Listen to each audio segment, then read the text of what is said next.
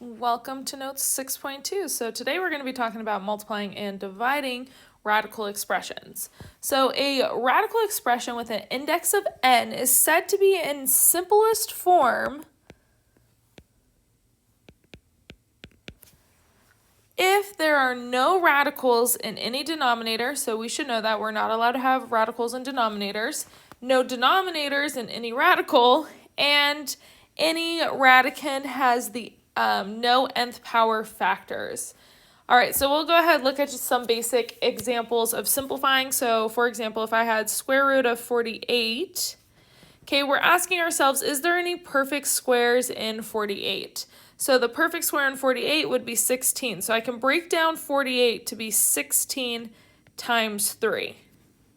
Okay, and then we can even go further and separate these into two separate radicals. So I could say, okay, square root of 16 times the square root of 3.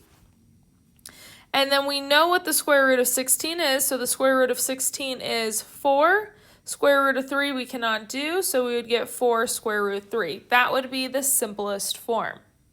So if you rewrite the denominator so that there are no radicals in any denominator, no denominators in any radical, this process is called rationalizing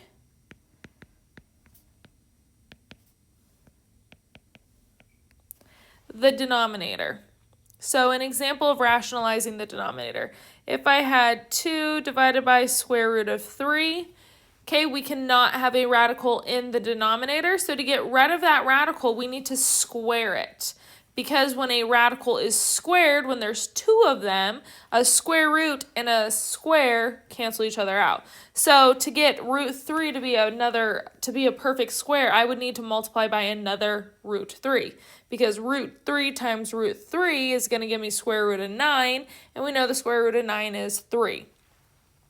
So we need to multiply the bottom by square root of 3 and the numerator by square root of 3, because technically we're multiplying by 1. That is a legal move, so we're allowed to do that. So we're going to get 2 times root 3 is just going to give me 2 root 3. Root 3 times root 3 will give me a 3. All right, so now we're going to talk about combining radical expressions properties. So we have products and quotients, so multiplying and dividing. So if we multiply 2 together, so we'll do the nth root of A times the nth root of B will equal the nth root of A times B. Quotients, same idea. If I had the nth root of A divided by the nth root of B, this is equal to the nth root of A divided by B. Okay, there's something really important about this that we need to pay attention to. Notice all of these are going to be the nth root. They all have to be the same in order for me to combine them. So you cannot multiply together a square root times a cube root. Okay, so we need to make sure that our indexes are the same. So looking at our first one, we have the 4th root of 7 times the 5th root of 7. So paying attention to our indexes again. Are they the same? No, they are not, so I cannot multiply these together. So no, index is not the same.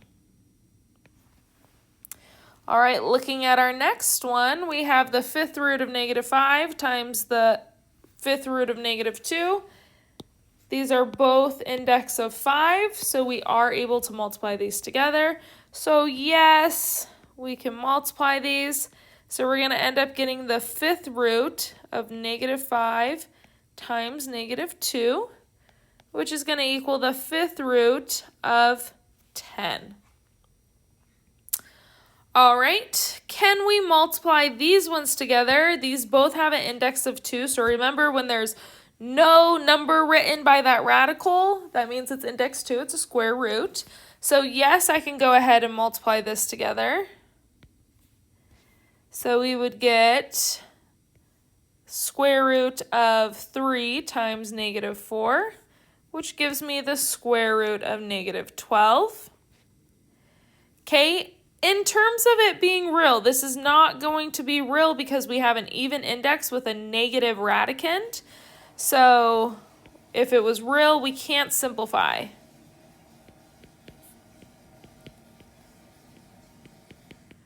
Because it's not real. But if we're talking about imaginaries or as complex numbers, we can simplify this as a complex because we're going to have that imaginary. And then you simplify just like normal. So 12, the perfect square in 12 is 4, so square root of 4 is 2. The negative becomes an I, and then we'll have a leftover of 3, so square root of 3. So I get 2I root 3 for that one. All right, let's go ahead and move to the next page. So it says, find the simplest form. So we're just going to go ahead and simplify these. I like breaking these down into perfect squares. Since this is a square root, I want everything in perfect squares. So I'm going to look at 96 first. So what can 96 break down into? And we're looking for a perfect square in 96. So 16 times 6 is 96. Let's say you don't, off the top of your head, you don't know that 16 times 6 is 96. Remember, you can always do a prime factorization tree. So you can take 96, break it down until you have all prime numbers. Anything that is in pairs will come out, and then anything that doesn't have a pair will stay inside the radical.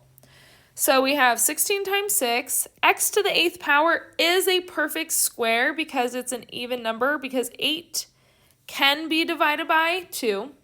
But 5 cannot be divided by 2. So I like to break down 5 into y to the 4th power times y. 4 can be divided by 2, so that y to the 4th power will be able to come out. The leftover y will stay inside. So then what I do is I find everything that is a perfect square. So my perfect squares, 16 is a perfect square, so it will be able to come out. X to the 8th power is a perfect square, it will be able to come out. Y to the 4th power is a perfect square, it'll be able to come out.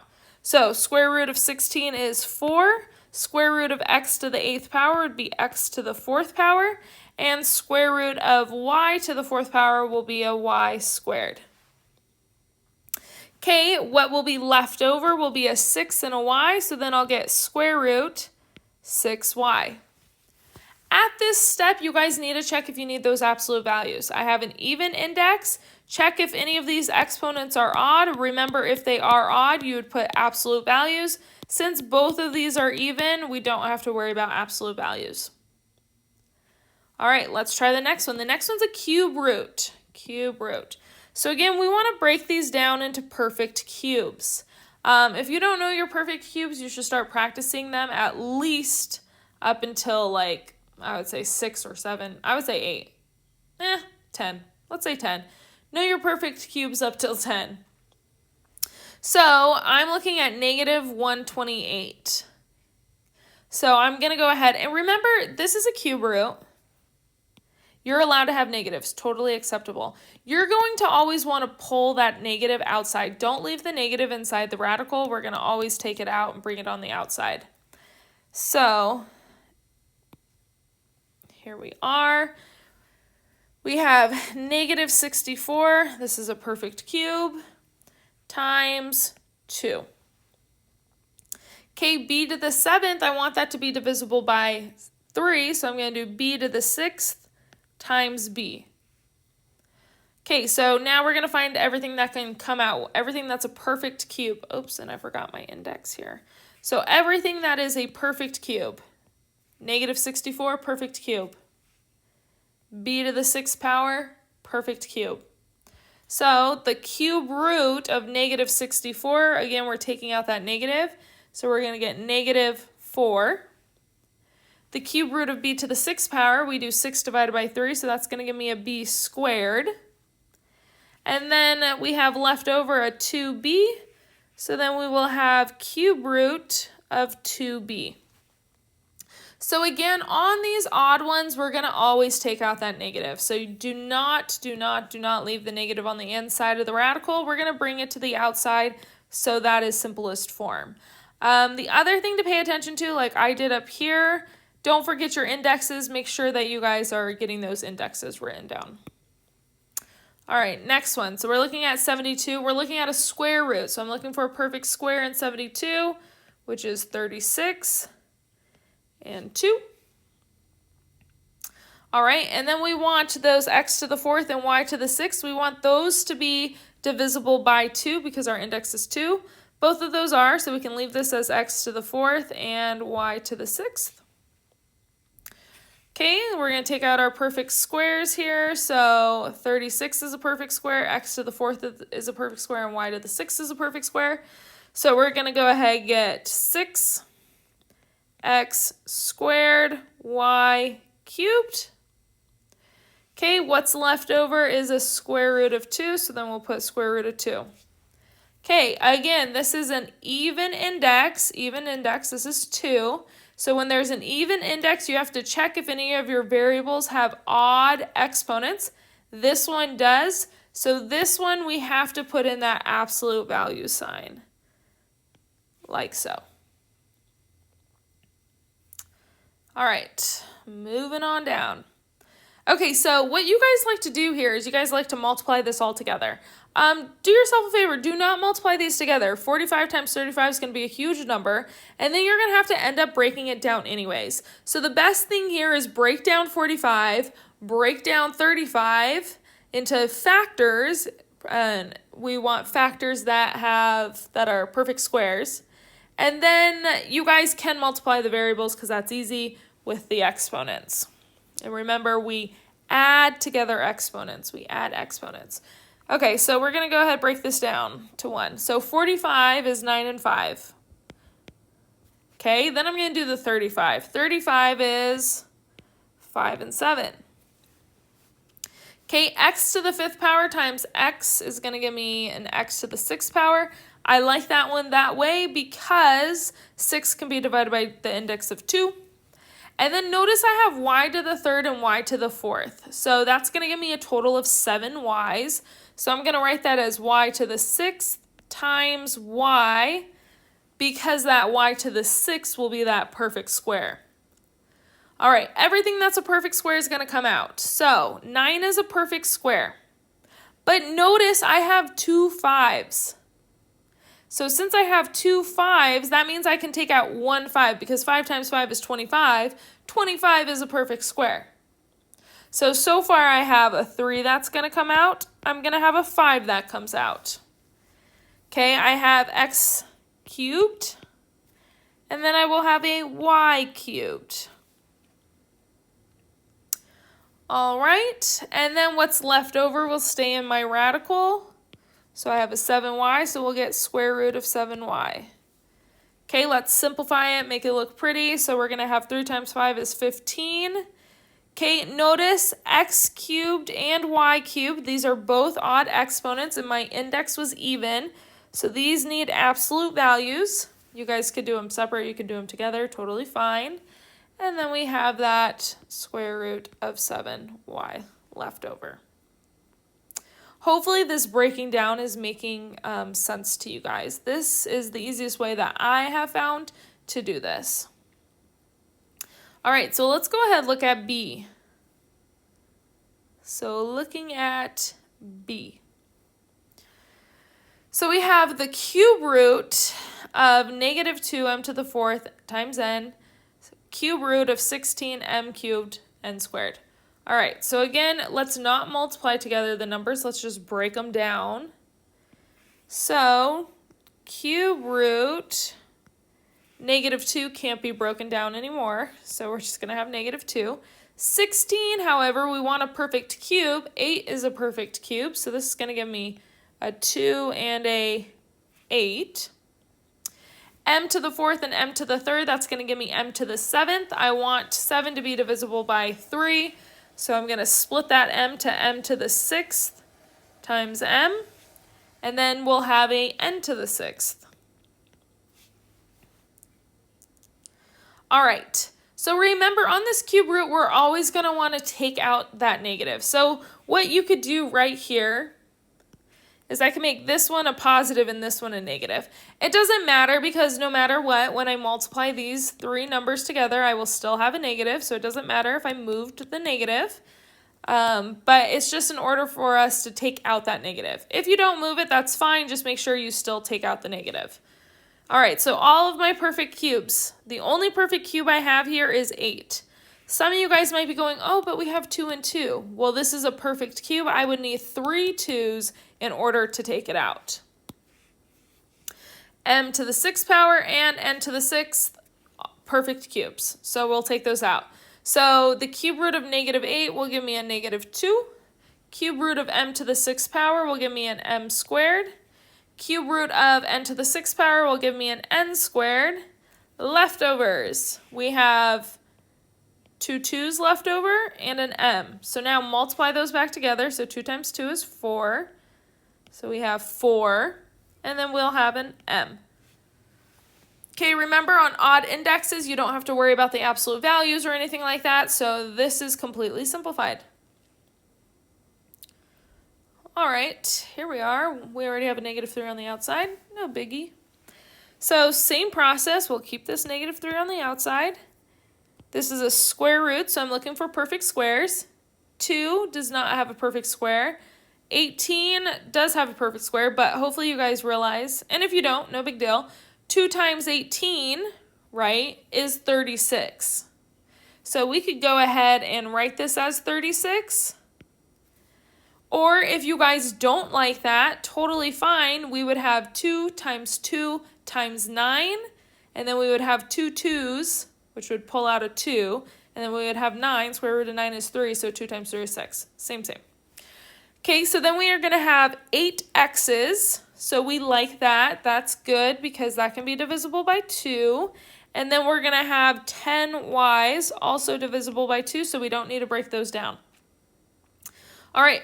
All of these are perfect squares. Hopefully we recognized perfect square, perfect square, perfect square. So we're going to go ahead and take all those out. So square root of 36 is 6. Square root of x to the 8th is x to the 4th. Square root of y to the 10th is y to the 5th power. Don't forget our -3 hanging out here. Okay, let's simplify it and then add our absolute values. So we're going to end up getting -3 times 6 is -18. X to the 4th power, y to the 5th. Y to the 5th needs those absolute values because this was a even index with an odd exponent once we simplified. All right, next page. Now we're going to get into some division. All right, so we have... So there's different approaches to this. For this one, you guys always want to first check, can these numbers divide? And if they can, we want to simplify it by dividing it first. So I'm going to just rewrite this because I think it's easier to see, all under the same radical. So I'm going to do square root of 50x to the 6th divided by 2x to the 4th. Do you have to show me this step? No, totally fine. So we know 50 divided by 2 is going to give me 25. And then x to the 6th divided by x to the 4th. So remember when we divide, we subtract those exponents. Make sure we subtract this way. 6 minus 4, and you're going to have a leftover of, or another, sorry. Another way to think about this is there's 6 x's up here, 4 down here. So 4 of them are going to cross out or cancel each other out, right? And then we'll have 2 left over in the numerator, so the 2 need to be in the numerator. So we're going to have a x squared. All right, simplify, easy. Square root of 25 is 5. Square root of x is x, or x squared is x. Okay, this is the one that we missed the most. This needs absolute values because this is technically to the 1st power. 1 is an odd number, so that needs those absolute values. All right, next one, I'm going to do that same process. So I'm going to go ahead, write it all under the same radical. This is a cube root. Pay attention. So we have 45x to the 8th power divided by 5x squared. So we're going to get the cube root of 9. And then we're going to have x to the 6th power. 8 minus 2 is 6. Okay, 9 is a perfect square, yes, but 9 is not a perfect cube, and there's no perfect cube in 9, so 9 is staying inside. X to the 6th power is a perfect cube, so that will be an x squared. And then we'll have a leftover of cube root of 9. All right, it's looking a little scarier. It's not scary though. So again, I'm going to rewrite it all under the same radical. Let's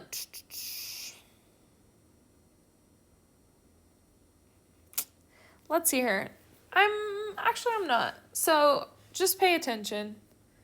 So this one I'm just going to handle a little bit differently. And this is why I'm going to handle it a little differently. So we're not going to necessarily want to simplify this, because we can figure out what the 4th root of 81 is, and we can figure out the 4th root of 16. So we can just go ahead and handle those right off the bat. So the 4th root of 81, you know 9 squared is 81, and then 3 times 3 is 9, so it's 3. 4th root of 16 is 2. Now I'm going to write the rest under the same radical, so then I'll have the 4th root of x to the 5th power, y to the 11th, over x cubed, y cubed. Okay, we're going to go ahead and subtract those exponents. So I'm going to get 3 over 2, 4th root, x squared, y to the 8th, subtracting exponents. And the only one that is a perfect 4th root would be y to the 8th power. Only one. So when that comes out, we're going to get a y to the 2nd power. And then everything else will be the same. So we'll have 4th root of x squared. Just pay attention. This is an even root. Are any of my exponents odd? No, they're not, so we don't need that absolute value sign. All right, I believe, oh no, not the last page. We're getting close-ish. All right, so go ahead, find the simplest form. So this one's already under the same radical. It's a square root, so let's just go ahead, simplify it. So this is going to equal the square root. 5 over 20 will give me 1 over 4. X squared over x cubed. Okay, so if I subtracted them, I would get -1. -1 is going to be in the denominator. And the way to think about this is there's 2 of them up here, 3 of them down here. Where's the leftover one? In the denominator. So we'll have that leftover x in the denominator. All right. I'm going to now re-split these up. So this is square root of 1, which I know how to do, over the square root of 4x. So we're going to continue to simplify here. I'll go down here. Square root of 1 is 1. Square root of 4 is 2. Square root of x is just square root of x. All right, so this is where we have to rationalize. You are never, ever, ever, ever, ever allowed to have a radical in the denominator. So we need to rationalize. Just like we're never allowed to have an imaginary in the denominator because an imaginary number comes from a radical. So we have to rationalize. So I need to get that square root of x out of the denominator. So I need there to be an x squared. So I need another x. So we're going to multiply the top and bottom by square root of x over square root of x. Okay, because this is going to give me 2 x's, so this is really the square root of x squared, and we know those will cancel each other out. So when we're all said and done, where are we at? We're going to get square root of x over 2x. So here's a question I get. So we created this x, if that makes sense. By rationalizing, we created it. You do not have to go ahead and put an absolute value on this. We don't need it. It's fine. So this is a moment where you don't have to do that. All right, next one we have cube root of 7x and cube root of 5y squared. I love this question. You should star this question. Make note of it. Find it. Okay, so this one's a little bit different. This is a cube root. A cube root. So first off, I'm going to see, can anything simplify? No, it cannot. 7 and 5 can't simplify. X and Y's can't simplify. So this is already all the way simplified. Okay, we're not allowed to have radicals in the denominator. This is where it gets a little bit tricky, or you have to think a little bit. So we've been rationalizing denominators with square roots for a long time, like through middle school and through high school, right? But this is a cube root. So in order for me to eliminate a cube root, I need a perfect cube. Not a perfect square, I need a perfect cube. So let's go ahead and write ourselves a note. Note to self. Don't lose this. Okay, so since 5y squared has index of 3, we need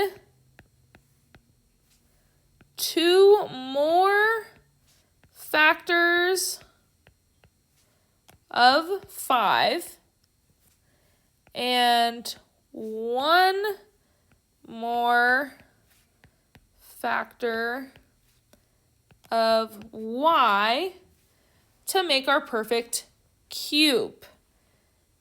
Okay, so we need 2 more 5s. So we need a 5 and a 5, and we need 1 more y. So what we need to rationalize by is 25y. So the reason we need 25y to rationalize by is because when I multiply together, what I have so far is 5y squared times this 25y, that's going to give me 125y cubed. This is now a perfect cube.